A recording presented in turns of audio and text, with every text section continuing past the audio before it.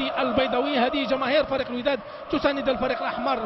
ولا مؤازرة ولا مؤازرة ولا مؤازرة لكي يسدد بقوة، وهدف لفائدة فريق الوداد.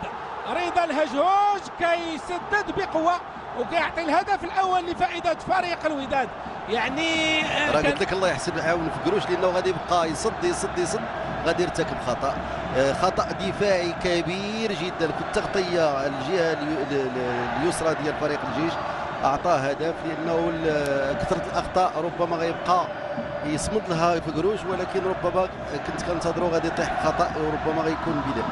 لكن حتى الطريقه اللي ضيع بها عميد الفريق المهدي النغمي الكره، والطريقه اللي دفاع فريق الجيش الملكي، لاحظ ان رضا الهجوج كان مع 4 ديال المدافعين كيسدد بقوه وكيسجل الهدف الاول لفائده فريق الوداد في هذه المباراه اللي كتجمعوا فريق الجيش الملكي في حمله دفاع فريق الوداد علق به لقب البطوله الوطنيه. تسديده قويه وخطا من فقروش والكرة في الشباك.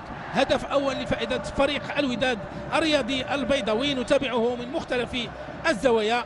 الوداد متقدم بهدف ل0. أول عمل مطلوب ديال روما وهو تصحيح ثاني الوداد نوم المباراة. فؤاد، الوداد نوم المباراة، ويعني في المباراة أي لحظة كان فريق الوداد المباراة تراجع المستوى ديالها والإيقاع ديالها، حتى بقينا كنقولوا بأنه حتى هدف ما غيتسجلش.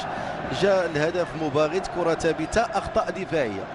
فحتى في الكرة الثابتة المدافعين ما داروش الحراسة اللاصقة وما داروش حراسة ديال المنطقة. إذا حتى الاستراتيجي والنيفو الاستراتيجي على مستوى الدفاع روما تبعه الخدمة بزاف في هذا الاتجاه. حتى يعني التقنيه ديال العناصر المتواجده في خط الهجوم. المنطقه اللي يسجل فيها الكارتي خص يكون فيها واحد، والا خص تكون رقابه لاصقه ديال الكارتي. وكيف قلت التقنيه اللي عند العناصر ديال الجبهه الاماميه لفريق الوداد يعني كتعطيهم باش يكونوا يعني في اي لحظه يشكلوا خطر على فريق الجيش الملكي. هذا في الوقت اللي دفاع فريق الجيش الملكي يشكو من بعد يعني من الخلل، واللي يعني كيف قلتي عمل كبير. زهير المترجي يضيف الهدف الثالث لفائده فريق الوداد. الوداد اللي نزل بالثقل ديالو على دفاع فريق الجيش الملكي، والحصه الان 3-0 لفائده فريق الوداد. زهير المترجي غادي يتضح بانه بطريقه كاريكاتيريه باش تسجل هذا الهدف، لانه الكل اراد ان يسجل بطريقته. وهدف ثالث فرحه الجماهير التي تساند فريق الوداد في هذه المباراه. 3-0 حصه ثقيله. وزهير المترجي كما قلت الذي التحق، كنا كنتكلموا على زهير المترجي الذي التحق بفريق الوداد قادما من فريق النادي البلدي البيضاوي على مستوى الفتيان، وكان وراء يعني استقطابه الفريق الوداد الشاكي اللي معروف بالحب ديالو لفريق الوداد، كان وراء جلب اللاعب والالقاب التي فاز بها هذا الفريق. شهد على تاريخ المليء بالانجازات والبطولات لفريق الجيش الملكي. اول فريق مغربي يفوز بكاس افريقيا للفرق البطله سنه 1985. اول فريق يهدي للمغرب لقب افريقي بفريق الجيش الملكي. ضربة خطأ لفائدة الجيش غتنفذ بواسطة اللاعب طير، وهدف حسن طير يسجل الهدف الأول لفائدة فريق الجيش الملكي. حسن طير خطير على مستوى تنفيذ ضربات الأخطاء لفريق الجيش الملكي. يسجل الهدف الأول لفائدة فريق الجيش الملكي.